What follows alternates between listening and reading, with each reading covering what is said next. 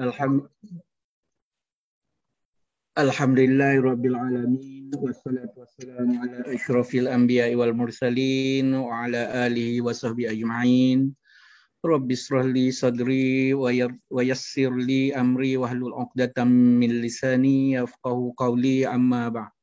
Alhamdulillah, kita masih lagi boleh mengikuti kuliah berkaitan dengan ilmu mawaris atau ilmu faraid yang 2 minggu sekali ya tuan-tuan dan puan-puan.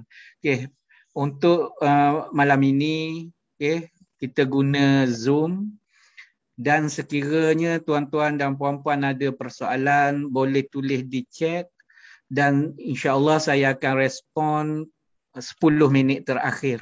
Dan ketika itu juga boleh bagi tuan-tuan dan puan-puan yang mana nak bertanya secara direct pun boleh. Buka mic saja, buka buka speaker, insya-Allah boleh tanya secara langsung lah.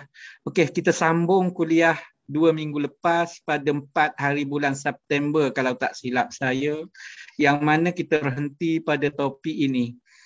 Tuan-tuan dan puan-puan yang dirahmati Allah, waris-waris yang layak mendapat harta pusaka si mati tergolong dalam 3 golongan waris. Yang pertama waris ashabul furud, yang kedua waris asabah, dan yang ketiga waris zawil arham. Yang kita akan bincangkan dan kita akan huraikan bersama-sama adalah waris ashabul furud dan waris asabah. Waris zawil arham kita tidak akan membicarakan dalam program kita ini kerana kesuntukan masa tuan-tuan dan puan-puan ya. Dan waris zawil arham juga adalah waris yang tidak mendapat hak pusaka menurut amalan di Malaysia, terutamanya kita yang bermazhab Syafi'i. Jadi 2 golongan waris utama ini iaitu waris ashabul furud dan waris asabah. Waris ashabul furud adalah waris-waris yang mana bahagian mereka dinyatakan di dalam Al-Quran maupun sunnah ataupun ijma'. Maksudnya mereka ini dinyatakan bahagian yang sepatutnya atau yang layak mereka terima, dan di mana dinyatakan itu bahagiannya? Dinyatakan melalui Al-Quran, Suratun Nisa ayat 11, 12 dan 176. Jadi dalam ketiga-tiga ayat yang saya sebut tadi ada menyatakan bahagian-bahagian waris ashabul furud. Secara asasnya waris ashabul furud ini asas saja tuan-tuan dan puan-puan yang dirahmati Allah ya. Asas sahaja, iaitu ada 12 golongan waris asas ashabul furud. Okey, waris ashabul furud yang asas yang kita akan bincangkan 12 golongan. Sebenarnya tuan-tuan dan puan-puan yang banyak ramai. Cuma saya bincang 12 golongan sahaja yang biasanya berlegar dalam masyarakat kita apabila berlaku kes kematian. Okey, maksudnya ramai lagi, ada lagi. Bukan itu maksudnya, ada lagi daripada mereka ini. Yang lanjut-lanjutnya macam cucu perempuan tuan-tuan dan puan-puan ni, ia boleh sampai kepada cicit, cuik dan seterusnya ke bawah. Mana banyaklah tu. Tapi kita hanya bincang sampai setakat cucu. Bukan bererti cicit tak dapat. Cuik tak dapat ke apa lagi lah piuk-miuk ke bawah tu. Kalaulah ada panjang umurnya ya, yang meninggal ini sampai generasi 3, 4 di bawah dia. Layak, bukan maksudnya tak layak, tetapi jarang berlaku dalam masyarakat kita. Itu saja. Okay, begitu juga datuk. Sehingga ke atas, selagi mana ada, maka layak dapat pusaka. Cuma apabila ada datuk, moyang tak dapatlah. Apabila ada moyang, yang atas lagi tak dapatlah. Itu maksudnya. Bukan bererti ini sahaja. Sebab itu saya namakan dia sebagai asas, kerana mereka inilah yang sentiasa ada dalam kalangan yang mewarisi harta pusaka bila berlaku kematian. Kan kalaulah ada orang mati tu ada cicit. Cicit layak tak? Cicit mana? Cicit perempuan. Dari mana anak lelaki? Daripada cucu lelaki, daripada anak lelaki si mati. Layaklah dapat. Dengan syarat tak ada anak lelaki, tak ada cucu lelaki lah. Itu maksudnya. ke bawah lagi tuan-tuan dan puan-puan ya. Jadi yang 12 golongan asas yang kita akan bincangkan ini iaitu suisbada, macam-macam lah ada orang sebut suami. Nah, cara nak mengingat tu, nak buat ringkasan, nak buat apa terpulang lah tuan-tuan dan puan-puan ya. Suami yang pertama, isteri, ibu, bapa, datuk. Datuk ini adalah bapa kepada bapa si mati. Datuk selalunya ada dua orang. Dua datuk. Tuan-tuan dan puan-puan ni ada dua datuk. Kita, ibarat kita lah, senang nak ibarat dengan orang lain payah pula. Ibarat saya ada mak, saya ada ayah. Okay? Contoh, mak saya pula, dia ada mak dan dia ada ayah. Ayah saya pula ada mak dan ada ayah. Kalau ditakdirkan saya meninggal dunia, ayah saya telah tiada dan ada ayah sebelah ayah saya, bapa kepada bapa saya, maka dia layak dapat pusaka. Tetapi bapa kepada ibu saya tak layak. Walaupun kedua-duanya ada. Dan dua-dua ni besan tu tuan-tuan dan puan-puan ya. Besan kepada mereka berdua hubungan tu. Kan? Dua-dua atuk saya. Tetapi yang layak pusaka saya yang ditentukan oleh Al-Quran dan sunnah ijma' adalah datuk sebelah ayah saya je. Ayah kepada ayah saya. Atau bapa kepada bapa saya. Bapa kepada ibu saya, itulah dinamakan waris zawil arham. Sekarang kita dah besar, dah dewasa. Dah ada harta. Kita dah belajar hukum faraid. Kan? Kita pula mak ayah dah tak ada. Okay? Tapi atuk, kedua-dua atuk ada. Atuk sebelah ayah kita ada, atuk sebelah ibu pun kita ada. Yang dapat pusaka kalaulah ditakdirkan kita dijemput dahulu daripada mereka berdua, walaupun usia mereka sudah lanjut, tidak bererti bahawa kita yang mereka yang meninggalkan kita dahulu. Tak. Kan tak bererti begitu. Kan ajal maut ni bukan kerja kita tuan-tuan dan puan-puan. Okey, jadi kalau ditakdirkan saya tak ada, atuk sebelah ayah saja yang dapat, atuk sebelah mak tak dapat, atuk sebelah mak saya. Walaupun saya ini membesar bersama dengan atuk sebelah mak.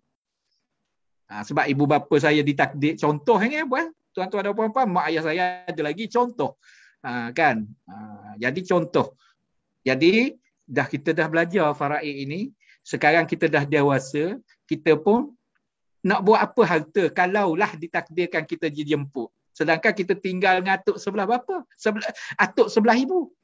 Sayang mereka tu kan. Ada Islam membenarkan kita buat wasiat kepada atuk sebelah ibu. Tapi tak boleh wasiat kepada atuk sebelah bapa. Kalaulah kita buat juga, kena tanya waris-waris kita yang lain untuk membenarkannya apabila kita meninggal. Tetapi kalau kita wasiat harta kita kepada atuk sebelah ibu, kalaulah sah wasiat itu terus jalan je. Dengan syarat jangan lebih 1/3 harta kita lah. Tak payah tanya orang lain. Orang lain wajib tunai walaupun tak setuju. Ya, mana boleh bagi ke atuk sebelah sana. Kami tak setuju. Kan ramai yang bantah. Wasiat yang sah, tak perlu tanya waris pun setuju tak setuju. Waris wajib tunai. Bukan kena kita tanya waris. Ni kita tak. Awak setuju tak dia buat wasiat kepada masjid? Kan? Kepada orang sekian-sekian. Saya tak setuju. Bukan masalah itu. Masalah kalau wasiat sah, waris tak perlu tanya pun setuju atau tidak. Kerana itu perintah. Kan? Kita tak pergi tanya juga waris. Memanglah tak setuju kau tanya waris jika mengurangkan harta. Apatah lagi diberi kepada individu. Kalau diberi kepada masjid, surau dan sebagainya boleh tahanlah sikit. Kan? Kalau beri kepada individu, tanya waris. Kalaulah sah, bukan setakat itu, wajib tunaikan kerana wasiat itu sah. Waris mengamuk sekalipun, kan? Mengamuk waris tak nak bagi, tetap kena bagi. Dan kalau tak bagi, waris telah mengambil bahagian orang lain secara tak betul. Kita silap wasiat sah pun pergi tanya waris juga nak buat ke tidak. Salah lah. kita kena nasihatkan wasiat ini sah menurut hukum syarak, ini kehendak daripada arwah, dah dikira sah. Kalau kehendak daripada arwah tapi tak sah hukum syarak, kena pakai hukum syarak, bukan pakai arwah punya. Bukan kata-kata arwah, ini kita tak pakai kata-kata arwah sebab arwah pesan macam ni. Saya kata banyaklah arwah pesan benda salah kita ikut.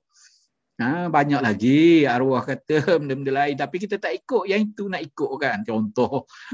Kan. Jadi kalau pesanan itu sah menurut hukum syarak, kena tunaikan tuan-tuan dan puan-puan ya. Cuma saya nak bagi tahu bahawa atuk sebelah ibu tak layak dapat pusaka kepada si mati hubungannya.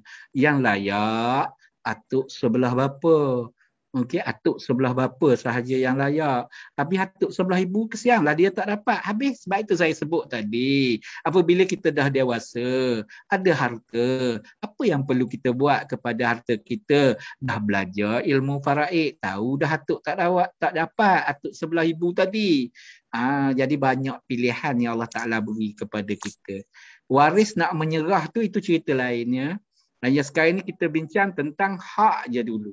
Waris yang dapat hak, yang kata, oh kesian atuk dia tu yang jaga dia tak dapat. Sekarang ni kita bagilah bahagian saya, nak bagi sedikit bahagian saya. Okey, tak ada masalah.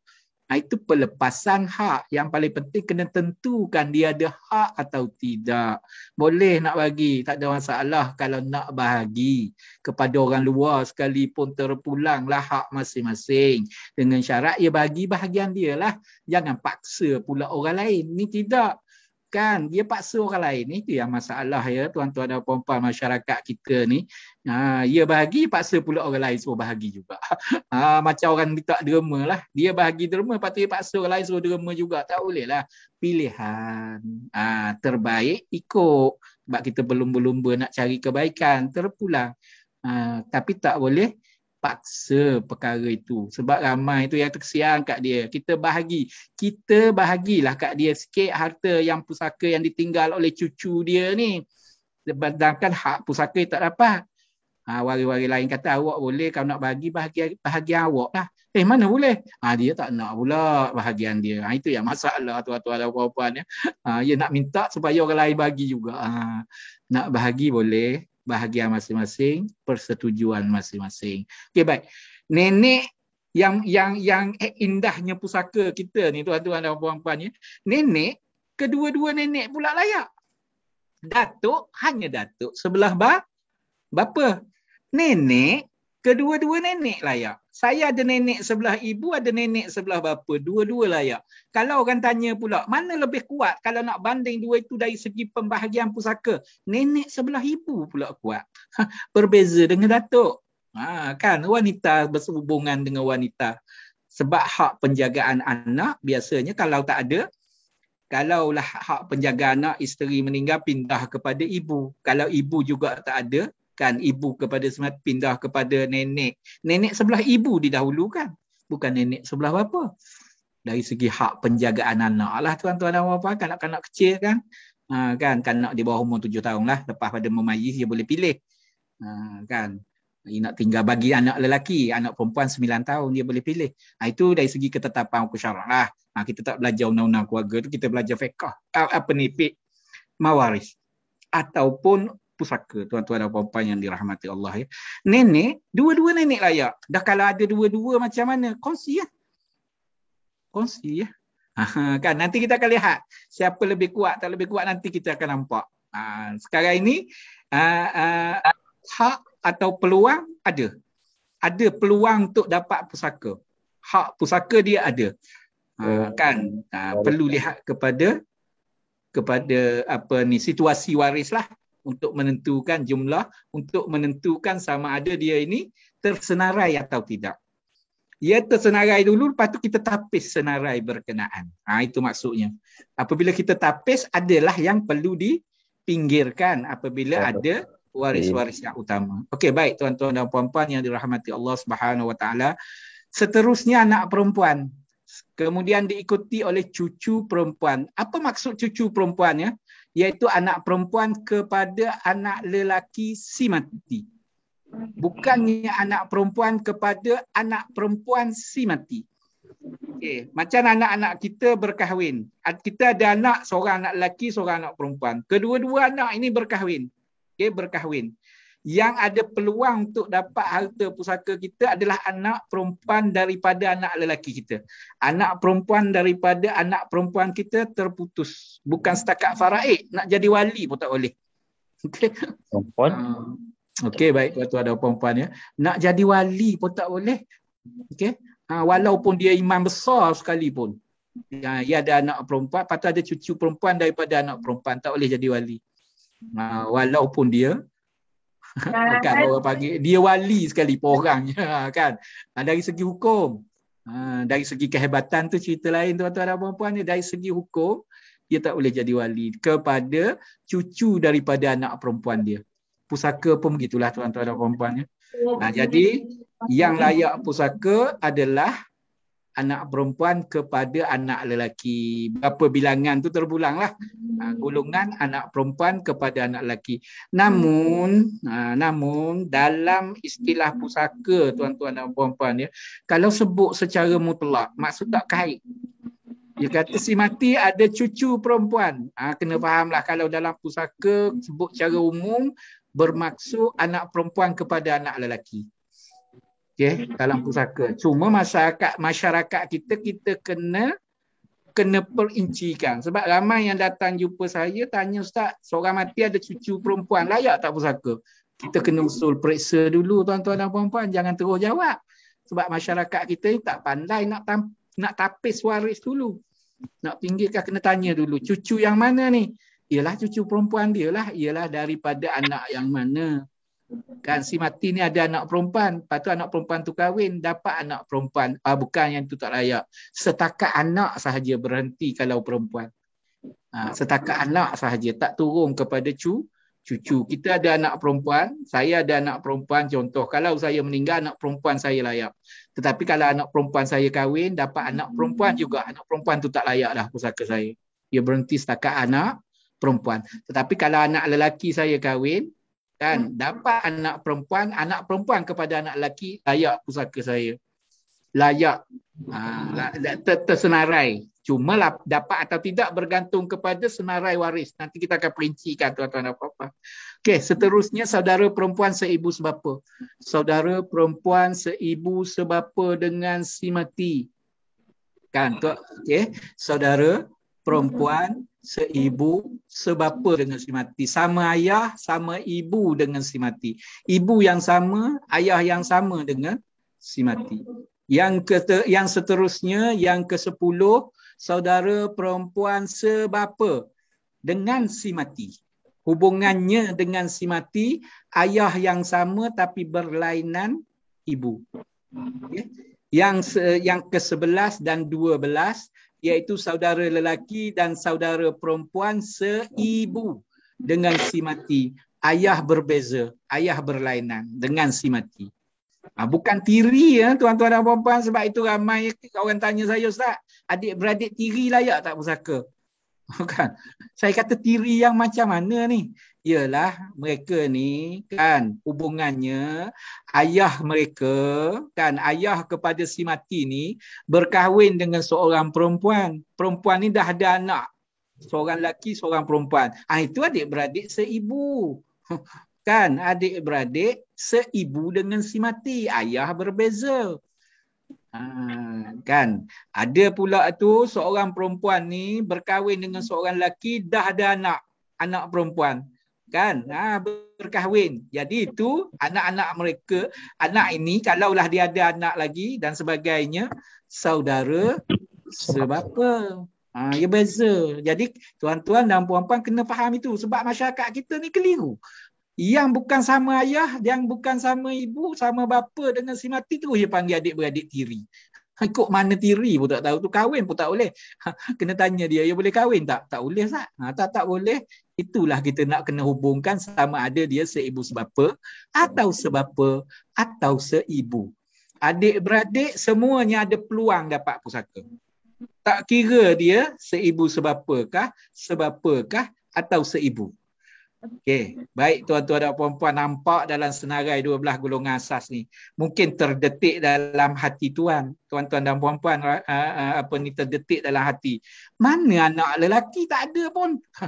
Okey tuan-tuan dan puan-puan, ini kita bincang baru golongan pertama iaitu waris ashabul furud.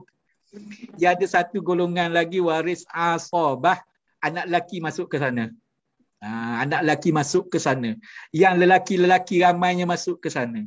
Tetapi dalam waris ashabul furu' 12 golongan asas ini yang saya senaraikan ini, 8 daripadanya wanita. Hanya 4 sahaja lelaki, iaitu suami, bapa, datuk dan saudara lelaki seibu. Yang lain semua perempuan. Hebatnya Islam kita ini kerana menjaga wanita, tuan-tuan dan puan-puan. Ya. Sebab apa? Sebab nama pewaris ashabul furu' iaitu waris yang ditetapkan bahagiannya oleh Al-Quran maupun sunnah maupun ijma'. Jadi jangan cabar-cabarlah kalau mereka ini ada bahagian. Walaupun perempuan. Itu maksudnya. Jangan kita nak cabar. Allah, saya lelaki, dia perempuan, dapat ke? Saya yang menjaga keluarga, dia tak. Sebab dia perempuan, ikut suami je. Jangan. Tuan-tuan dan puan-puan, Allah Ta'ala tentukan hak dia. Bukan kita yang tentukan. Nak tunjukkan bahawa Islam ini memelihara wanita. Dalam kalangan ini, tuan-tuan dan puan-puan tengok. Hampir semuanya wanita kecuali 4 golongan sahaja. 4 golongan sahaja. Iaitu bapa, suami, datuk dan saudara lelaki seibu. Jadi di mana yang mereka mengatakan Islam ini tak jaga wanita? Kat mana? Waris utama yang asasnya pun dalam ashabul furu' ramai wanita. Dan ramai ini dinyatakan di dalam surah wanita. Suratul Nisa. Ayat 4. Takkan surah. Tak ada surah lelaki, surah wanita. Nama lelaki itu adalah surah Luqman, kan surah Muhammad, kan surah Yusuf. Adalah nama. Tapi ini surah wanita. Golongan wanita. Surah An-Nisa ayat 11, 12, 176. Allah Ta'ala tentukan hak mereka. Jadi kita kata, budak ini perempuan je pun. Jangan ada bahagian pusaka dia. Dan saya ni lelaki, yang contoh jangan ya tuan-tuan dan puan-puan. Jadi cara mudah nak ingat ada 12 golongan asas, suami, isteri, ibu, bapa, datuk, nenek, nenek dua-dua, datuk salah satu saja iaitu datuk sebelah bapa, anak perempuan, cucu perempuan daripada anak lelaki, saudara perempuan seibu sebapa, saudara perempuan sebapa, saudara lelaki seibu, saudara perempuan seibu. Baik tuan-tuan dan puan-puan ya. Pindah slide berikutnya, barulah kita lihat seorang-seorang tuan-tuan dan puan-puan. Panjang kalau saya nak cerita. Satu baris pun kalau cerita pun hampir setengah jam atau sejam ya. 12 jam lah 12 waris ni. Soalah begitulah tuan-tuan dan puan-puan kalau kita nak perinci, nak buat contoh secara detail dan sebagainya. Namun demikian, yang ini adalah pendedahan kepada tuan-tuan dan puan-puan. Bolehlah kita sambung atau ikuti mana-mana kuliah lain untuk mendalaminya lagi. Yang sekarang ini kita menaruh minat itu dah cukup bagus lah tuan-tuan dan puan-puan ya. Kerana hal pusaka ini sentiasa berlegar di kalangan masyarakat kita. Mungkin tidak terkena pada kita lagi, mungkin terkena pada jiran kita, kawan kita, adik-beradik kita, tak sampai lagi giliran kita. InsyaAllah kan lambat laun sama ada harta kita yang bakal diwarisi atau kita bakal mewarisi harta orang lain. Okey. Harta waris kita lah tuan-tuan dan puan-puan ya. Okey, kalau nak lihat dalam rajah tuan-tuan boleh tengok sinilah. Kan yang dikatakan waris ashabul furu' adalah waris yang warna macam purple sikit tu tuan-tuan dan puan-puan ya. Macam warna purple tu. Okey. Kan. Yang itu waris ashabul furu'. Jadi tuan-tuan dan puan-puan nampaklah yang lain pada itu tu waris jenis lain lah.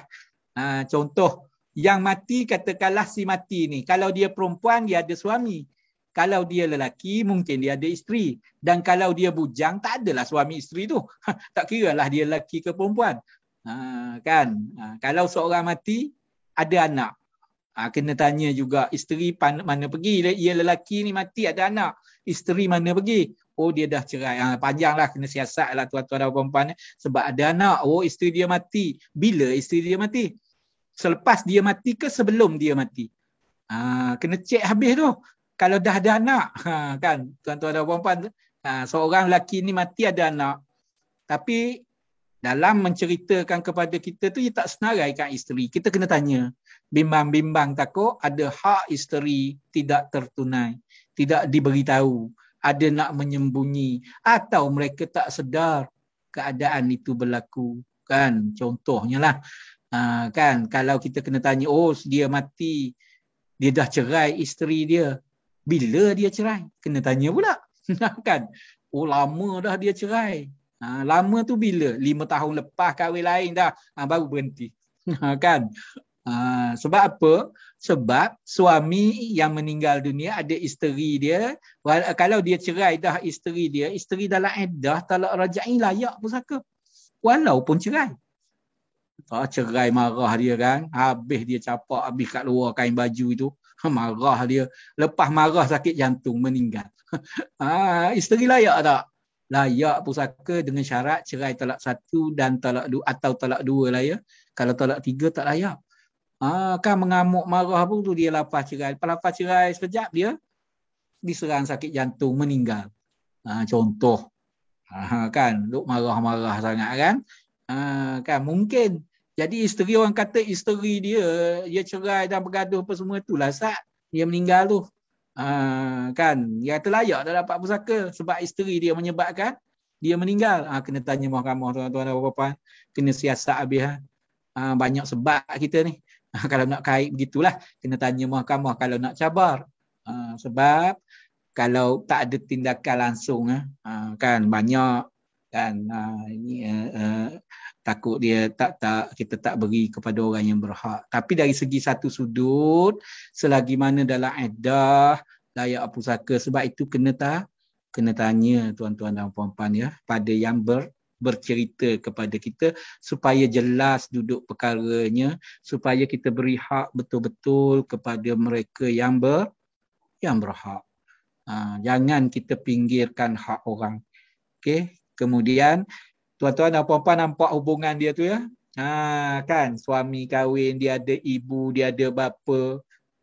Kan bapa dia ada anak dengan perempuan lain dulu, panggil saudara perempuan sebapa, saudara lelaki sebapa, tapi tak tersenarailah saudara lelaki sebapa tu waris asabah yang akan kita bincang kemudian. InsyaAllah. Okey, panjang umur rezeki kita bincang tentang waris asabah itu. Kemudian ibu dia kahwin dengan lelaki lain, ada dapat anak dengan si mati. Begitulah hubungan tuan-tuan dan puan-puan nampak kalau kita buat rajah atau family tree. Kan apa ni pohon keluarga atau pokok keluarga. Sebab itu orang Arab dia ingat salah silah dia ya. Kita ni berhenti kat atuk. Saya pun sama bukan tuan-tuan dan puan-puan ya. Saya ni kat arah saya tak ada orang tu titik dia kaji habis, dia susun keluarga dia bagus. Kan berkesempatan dia cari seorang dia susun kan. Saya sampai atuk je tak ingatlah. Atuk kepada atuk saya tak ingat dah siapa. Ramai generasi tu tuan-tuan dan puan-puan bagus untuk pusaka, cukup bagus tuan-tuan dan puan-puan ni. Manalah tahu kan kita naik bas satu rombongan semua ahli keluarga kita meninggal habis. Nauzubillah. Siapa yang layak ni? Kalau kita tengok nanti. Kan? Siapa yang layak ni habis sebab yang ikut dia tu anak-anak ada rombongan meminang ke tak kira lah. Yang tu dah habis waris dia mati. Cek dulu. Siasat dulu. Atuk dia ada tak? Ada. Atuk ada lagi. Atuk ada. Atuk sebelah mana ni? Sebelah bapa lah Pak. Walaupun tak ikut omongan tu. Walaupun koma dah dia pun. Okay? Tak sihat orangnya. Dapat. Atuk tak ada. Adik-beradik atuk dia ada tak?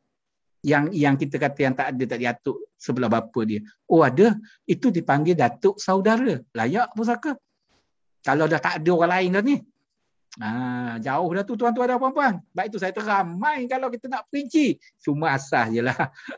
Kan? Sebab benda tu jarang sangat berlaku tuan-tuan dan puan-puan. Bukan kata oh tak ada Baitul Mal. Bukan. Baitul Mal lambat lagi. Kena siasat habis dulu. Okey, tuan-tuan dan puan-puan nampak daripada rajah itu ya. Okey, yang saya share ni tuan-tuan dan puan-puan untuk mudah kita faham yang warna jingga apa ni macam purple tu macam warna yang cerah itulah. Okey. Purple tak silap saya tu adalah waris ashabul furud.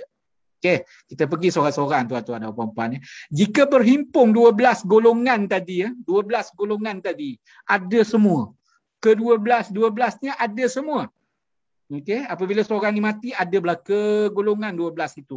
Golongan ya.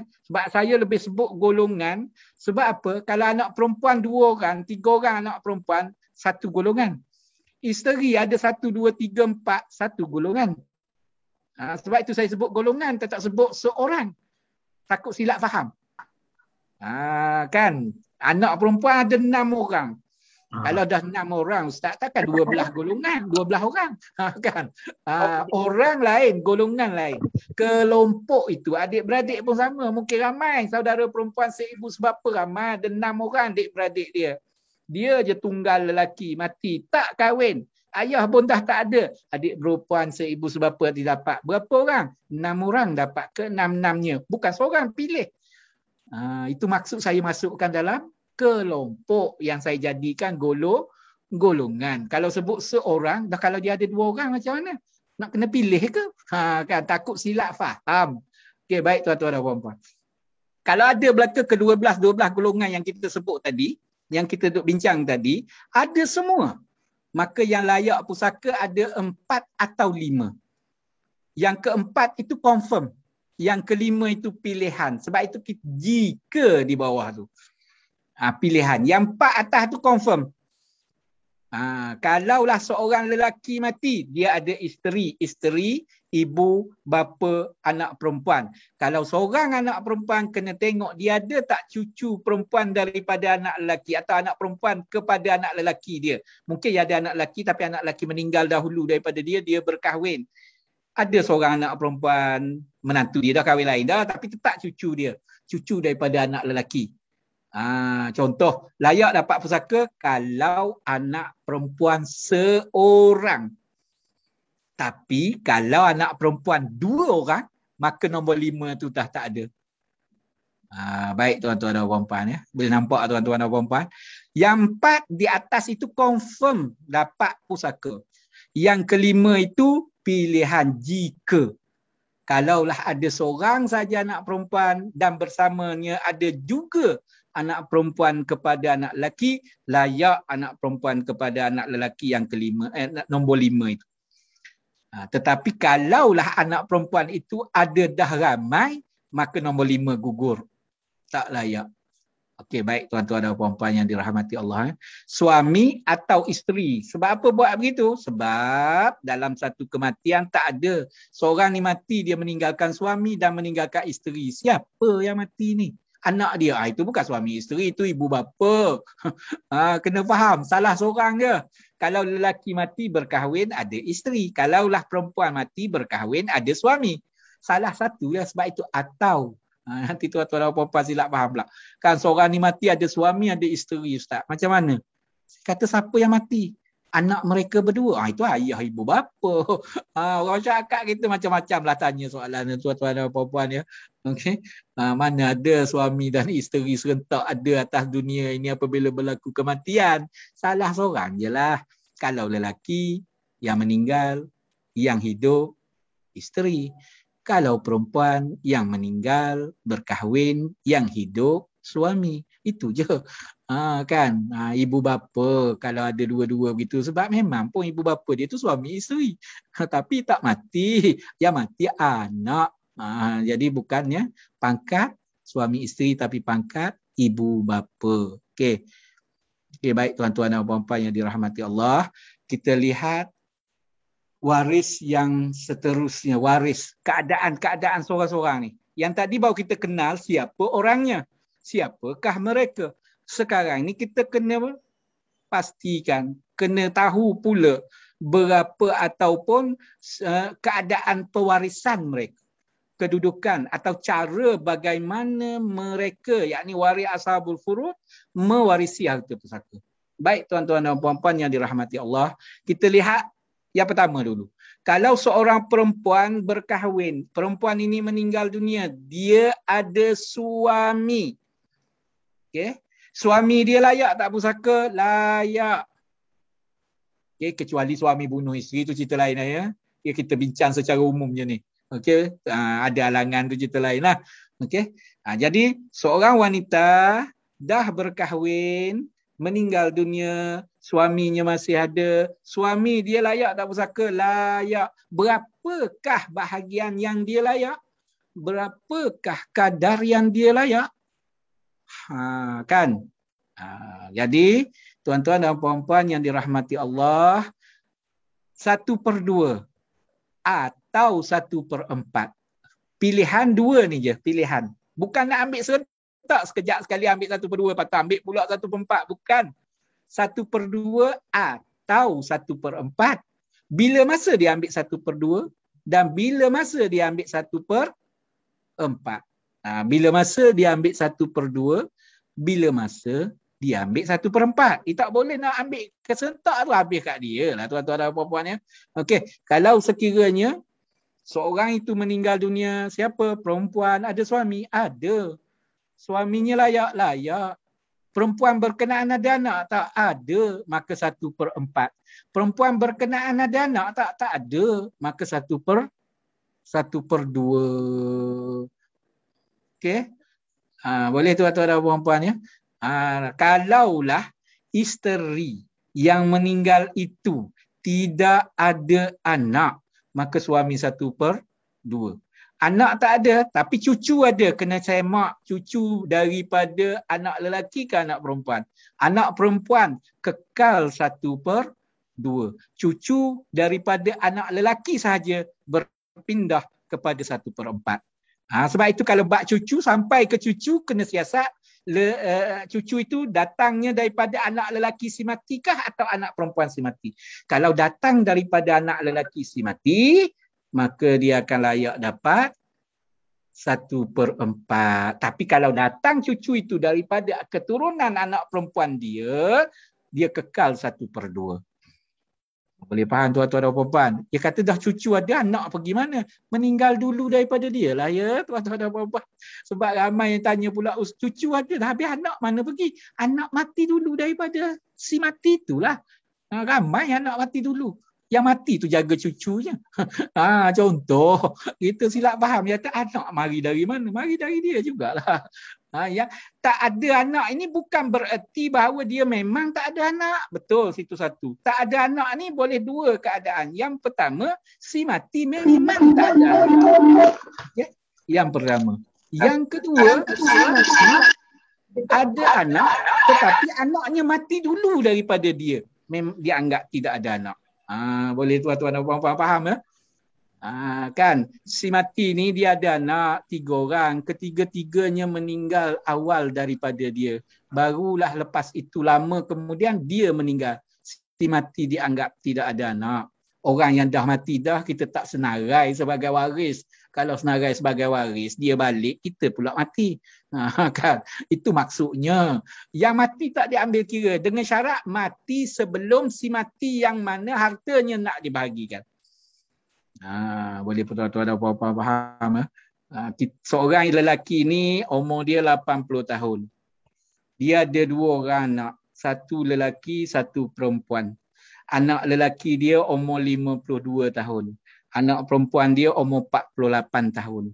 Kedua-dua anak dia dah berkahwin. Pun ada anak-anak, yakni cucu kepada yang berusia 80 tahun tadi. Tapi malangnya, kedua-dua anak ini telah pun meninggal dunia. Cucu si mati yang umur 80 tak meninggal lagi. Ramai. Kan? Jadi cucu, kalaulah dia meninggal dunia, dia ada isteri nanti. Isteri dia kalaulah dia tu perempuan yang 80 tahun tu perempuan, dia meninggal ada suami. Suaminya layak tak pusaka? Layak. Berapa kadarnya? 1/4. Sebab apa? Dia ada cucu daripada anak lelaki. Itu dikatakan zuriat. Cucu daripada anak perempuan tak mempengaruhi bahagian suami isteri. Okey, boleh tuan-tuan dan puan-puan sebab itu kena siasat cucu tu. Kan dia ada cucu. Kalau ada cucu, keturunan dia lah. Suami dapat 1/4. Mungkin silap jawapan kita. Rupanya cucu berkenaan daripada anak perempuan. maka dia menjadi 1/2. Ingat ya tuan-tuan dan puan-puan, apabila sah sahaja perkahwinan di antara suami isteri, akad nikah yang sah, maka meninggallah pasangannya, yakni isteri, maka suami layak pusaka. Tak kira tempoh. Kalau kira tempoh tak sudah kita belajar pusaka tuan-tuan dan puan-puan ya. Kan? Tak sudah. Sebab apa tak sudah? Sebab nak cerita banyak. Kalau kahwin sehari berapa banyak suami dapat? Kalau kahwin 2 hari, 3 hari, 4 hari, bayangkan yang kahwin 60 tahun nak tanya. Kan? Bukan begitu tuan-tuan ya. Lama atau sekejap berkahwin tidak mempengaruhi bahagian. Yang mempengaruhi bahagian adalah keturunan si mati. Anak keturunan si mati. Sebab kita kata, oh untunglah dia. Kahwin barulah 3 hari dapat pusaka dah. Mana untung tuan-tuan dan puan-puan ya. Kehilangan orang tersayang untung ke? Kita begitu, kita duk pandang dapat harta lah dia. Mungkin dia tak nak sangat harta, dia lebih sayang kepada orang meninggal tu. Kita tak, kan cepat sangat. Kita duk kata untung dapat pusaka banyak, dapat baru kahwin 3 hari. Kita kata untung kan. Pelik kan. Orang yang tinggalkan orang yang dia sayang, kita kata untung. Kan pelik tu.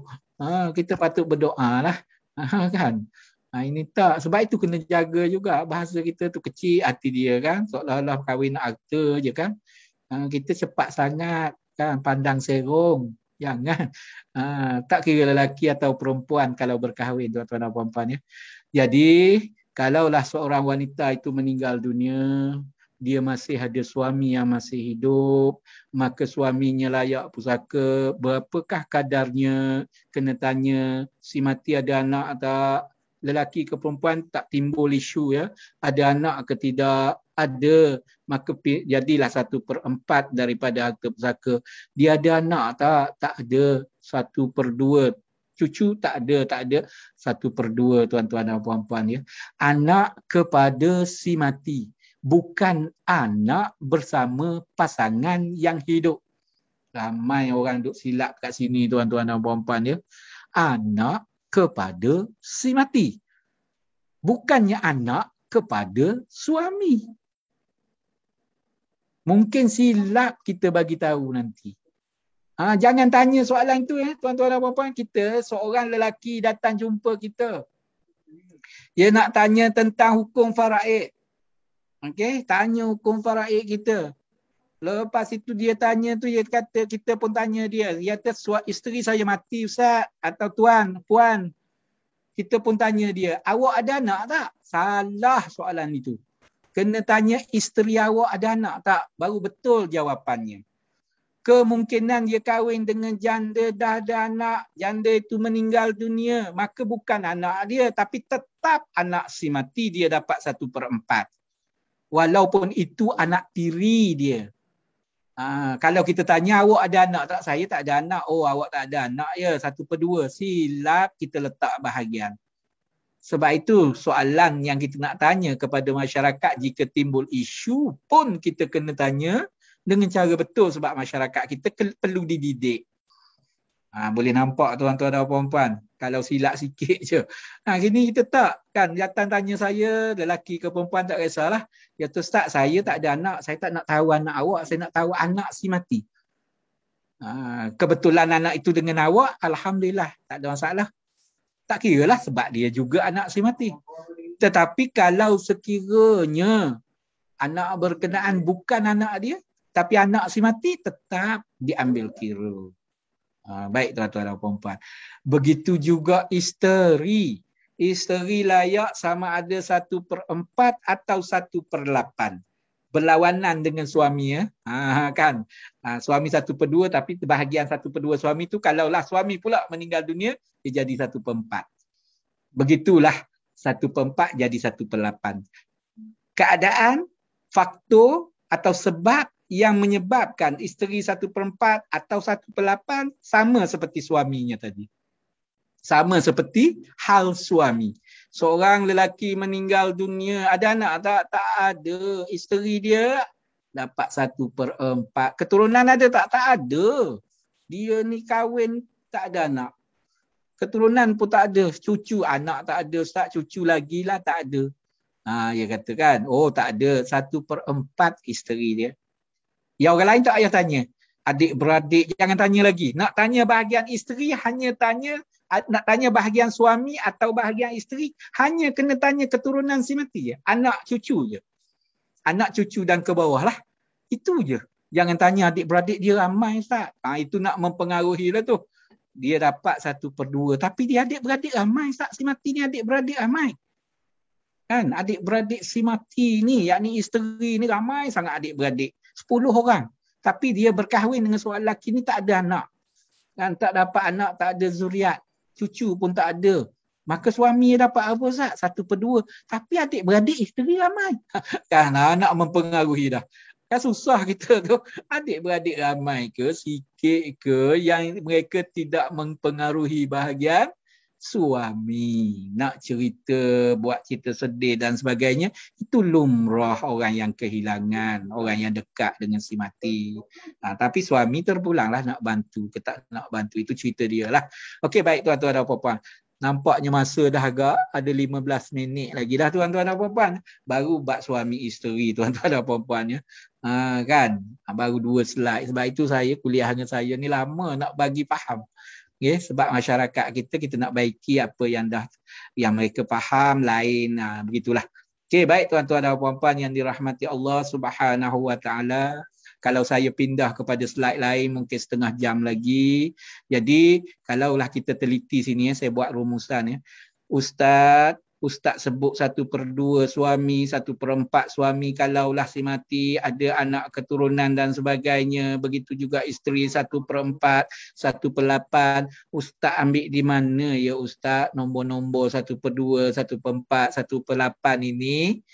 Dalam Al-Quran, tuan-tuan dan puan-puan yang dirahmati Allah Subhanahu wa taala, rujuk Suratun Nisa ayat 12. Balik buka tengok terjemahan. Kalau tak faham bahasa Arab itu kurang faham, balik tengok terjemahan. Allah Ta'ala tentukan di situ bahagian suami dan bahagian isteri. Tidak pernah disebut dalam ayat itu tempoh kahwin. Tempoh kahwin tak pernah disebut dalam ayat. Berapa lama kahwin. Itu cerita kita sahajalah untuk kita rasa sama-sama insaf. Lama pun kahwin, mati juga. Kan? Tapi pusaka bukan kerana lama, kerana sahnya hubungan suami isteri. Seseorang itu belum berkahwin, orang panggil bakal suami, bakal isteri, baru bertunang. Kan baru bakal, esok nak akad nikahnya, meninggal, tak layak dapat pusaka. Sebab belum dipanggil suami isteri, baru bakal. Sudah sahaja selesai akad nikah, sah menurut hukum syarak, suami isteri lah mereka. Daftar tak lagi ni, itu nombor 2, itu peraturan. Yang paling penting sah tak kahwin. Saya nak menjawab soalan kalau orang tanya kalau tak daftar dapat tak pusaka. Bukan masalah daftar, tapi masalah hukum syaraknya sah atau tidak perkahwinan. Kalau sah, layak dapat pusaka. Pagi sah akad nikah, petang meninggal salah seorang suami atau isteri. Jadi meninggal salah seorang suami atau isteri.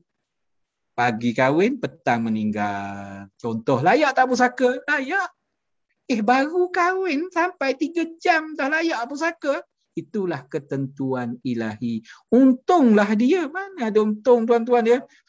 Kahwin bukan senang nak buat kerja sampai ke kahwin tu kan? Oi, kan payah tuan-tuan apa meminang, lepas tu kan jaga hubungan, eratkan lagi, tiba-tiba kahwin tak sampai 2 minit mati. Salah seorang dapat pusaka, untung dia. Kita pandang satu segi, kita tak pandang emosi pula. Mana ada untung orang mati. Jika mati pun kita rasa sedih. Apatah lagi baru jadi isteri atau baru jadi suami, meninggal. Contoh, kita tak kata untung dapat harta. Kan mudahnya kita kan. Jadi tak tuan-tuan dan puan-puan ya. Tapi gitulah masyarakat kita. Okey, baik tuan-tuan dan puan-puan yang dirahmati Allah. Sah sahaja akad nikah, maka mereka berdua bergelarlah suami isteri. Okey, sebab itu boleh bersalah dengan pak mertua, mak mertua. Kahwin saja sah, maka suami isteri meninggal salah seorang, layaklah yang hidup dapat pusaka. Berapa bahagian? Tengoklah. Dia kahwin dengan janda, dah ada anak 3 orang. Janda itu meninggal. Oh, suami berkenaan 1/4. Contoh dia berkahwin sama-sama bujang, anak dara dan teruna. Isteri dia meninggal. Tak ada anak, tak ada. Baru sejam kahwin sah, tak ada anak. Maka 1/2. Begitulah sebaliknya bahagian isteri. Baik tuan-tuan dan puan-puan yang dirahmati Allah Subhanahu Wa Taala. Okey, saya stop sharing dulu sekejap ya. Saya nak menjawab ada soalan, saya janji tadi dalam 10 minit terakhir. Okey, insya-Allah minggu depan atau sekali lagi kita akan sambung lagi, panjang lagi slide kita ya. Ada 21 tu. Baru 10 tuan-tuan dan puan-puan. Nak detailkan supaya kita cepat kita faham sebab apa? Yang saya detail ni kerana orang ini dekat sangat dengan si mati. Kan dekat. Maksudnya selalu ada dalam kes kematian. Itu maksudnya sentiasa ada. Seorang kahwin mati dan sebagainya. Sentiasa maksudnya dekat. Perkara isu ini dekat dengan masyarakat kita. Amat rapat kerana kebiasaannya begitu tuan-tuan dan puan-puan ya. Banyak lagi lah ibu dan sebagainya. InsyaAllah kita akan sentuh lagi. Akan datang saya stop sharing dulu sekejap tuan-tuan dan puan-puan. Kita kembali kepada pertanyaan daripada kawan-kawan yang ada mengikuti bersama saya kuliah kali ini. Okey, baik. Okey, baik. Ada soalan daripada Puan Kamisah Salikin. Ada satu soalan je nampak dalam chat kita tu tuan-tuan dan puan-puan. Ada satu soalan, okey, daripada pendengar kita, Puan Kamisah tanya, Doktor nak tanya sikit, okey. Anak yang lahir daripada perkahwinan yang difasahkan oleh Mahkamah Syariah, adakah layak dapat atau mewarisi harta si ibu sahaja sebagaimana anak yang lahir sebagai anak tak sah taraf atau anak luar nikah? Okey, itu soalan daripada Puan Kamisah kita. Okey, terima kasih pada soalan, boleh membantu kawan-kawan kita juga. Ini setakat yang saya tahu ni ya. Yang pertama, fasah itu perceraian tapi diputuskan oleh pihak mahkamah. Atas dasar apa? Itu yang penting. Mahkamah, contohnya mahkamah memfasahkan satu perkahwinan. Fasah isteri yang mohon. Okay? Isteri ni dahlah hamil, mohon fasah. Tak ada masalah dari segi kehamilan tu. Sebab apa? Suami dia melakukan perbuatan yang mendorong syar'ikan dia. Itu dalam bahasa undang-undang lah. Dalam undang-undang keluarga kita sebut dorong syar'i, orang panggil. Kan macam tak beri nafkah ke, suami dia tinggalkan dia ke, atau suami dia dipenjarakan ke, atau suami dia melakukan kekasaran terhadap dia ke, maka ia mohonlah kepada mahkamah syariah. Suami tak nak cerai, mahkamah boleh memutuskan fasah, kita nama. Apabila mahkamah putuskan fasah, berlakulah perceraian secara talak bain sughra. Okey, bain sughra di antara pasangan suami dan isteri. Bukan tolak rajai ya, fasah ini tolak bain sughra. Yakni tak boleh rujuk dalam tempoh iddah. Tak boleh rujuk. Kena akad nikah baru. Itu dipanggil bain sughra. Bain kubra, kena akad nikah baru selepas isteri berkahwin dengan orang lain dulu. Kan, itu kubra, talak 3. Okey. Kembali pada soalan. Saya nak kaitkan di antara hubungan begitu. Okey, baik. Jadi kalau kita lihat tuan-tuan dan puan-puan, soalan yang ditanya oleh Puan Kamisah kita ini, saya pergi kepada talak bain tu dulu sebab nak relate dengan kuliah kita tadi berkaitan suami isteri. Berkaitan suami isteri. Katakanlah soalan ini kita relate kan, kita hubungkan di antara itu suami isteri tuntut fasah di mahkamah syariah, isteri sedang hamil, maka mahkamah memutuskan fasah sabit dengan ataupun terbukti bahawa wujudnya darah syar'i dalam hubungan kekeluargaan itu suami isteri, maka mahkamah memerintahkan dijatuhkan fasah.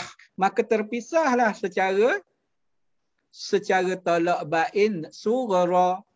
Apabila begitu berlaku, ditakdirkan suami meninggal. Selepas keluar mahkamah, seberang jalan, nak menyeberangi jalan raya itu, aksiden. Maklumlah tempat sibuk. Hakim dah jatuh dah keputusan tadi. Maka isteri tak layak dapat harta pusaka. Begitulah sebaliknya. Sebab dia talak bain sughra. Boleh faham? Tapi kalau cerai, mahkamah menjatuhkan cerai talak satu kerana isteri melafazkan cerai dalam tu, bukan fasah. Maka talak satu dipanggil talak raj'i, keluar daripada mahkamah, aksiden. Contoh, na'udzubillah lah buat contoh. Meninggal salah seorang, suami yang aksiden, isteri layak pusaka kerana talak satu atau talak dua, bukannya fasah. Itu kena ingat. Sebab itu kena tanya cerai itu macam mana. Kan, walaupun ada edah tak ada edah, tapi fasah tak layak pusaka. Boleh tuan-tuan dan puan-puan faham ya? Dalam mazhab Syafi'i kita begitulah. Okey. Okey, baik tuan-tuan dan puan-puan, kembali kepada soalan. Kan. Bagus soalan, sebab itu kita boleh ambil iktibar sekali lah. Okey, kembali kepada soalan. Puan Kamisah bertanya, anak fasah. Anak tu tetap anak suami, tak ada masalah. Berlakunya fasah berkenaan. Yang masalahnya suami mencerai itu cerita lain. Maksud saya, anak berkenaan walaupun mahkamah fasah pun perkahwinan tetap dibin atau dibentikan dengan bapanya itu. Itu tak putus. Hak memberi nafkah tetap bapa. Okay? Hak melawat kalaulah ibu itu menjaga tetap bapa. Itu maksudnya. Yang paling penting, walaupun mahkamah fasah, atas sebab apa? Sebab suami ni suka dera isteri. Isteri buat permohonan di mahkamah. Ketika itu isteri baru hamil 3 bulan. Contoh. Lepas itu bersalin. Meninggal ibu itu. Layaklah pusaka kepada ibu berkenaan. Dan layak pusaka kepada bapa yang nasab dia lah, walaupun bukan lagi suami kepada ibu berkenaan. Kalau fasahnya atas dasar darah syar'i tadi. Yang paling penting tu anak siapa?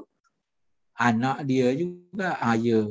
Anak yang wujud mana? Dalam perkahwinan mereka. Ya. Kecuali dia hamil dah 6 bulan baru kahwin, itu cerita lain lah tuan-tuan dan puan-puan ya. Kan isteri seorang wanita hamil 6 bulan berkahwin. Kemudian suami dia dera-dera. Kan? Contoh. Sebab apa selalu sangat dera ni? Kerana dia tak nak mengiktiraf anak tu dan sebagainya. Perempuan mohon fasah. Siasatlah anak tu. Anak siapa? Yang itu lain cerita.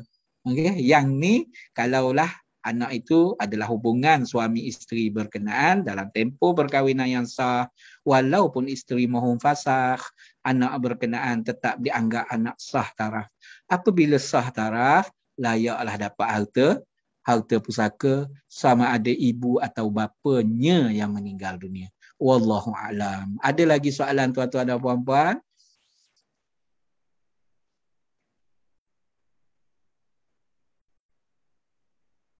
Okay.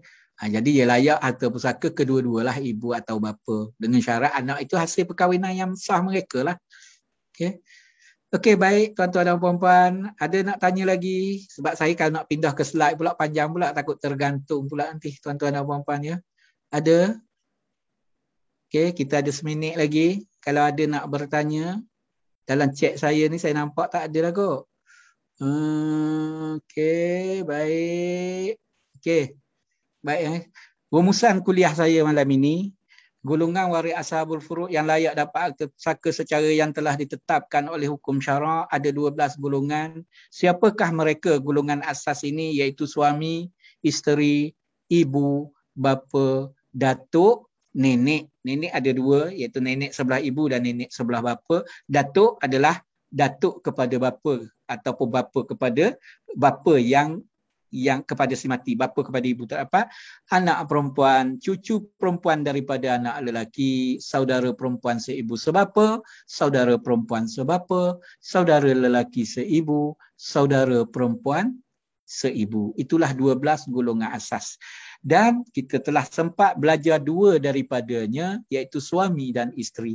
Apabila sah sahaja akad nikah di antara lelaki dan perempuan, maka bergelarlah mereka suami isteri. Tempoh tidak menentukan hak atau tidak menentukan bahagian harta pusaka. Namun hukumnya iaitu sah atau tidak akad nikah yang menjadi penentu pasangan berkenaan layak pusaka.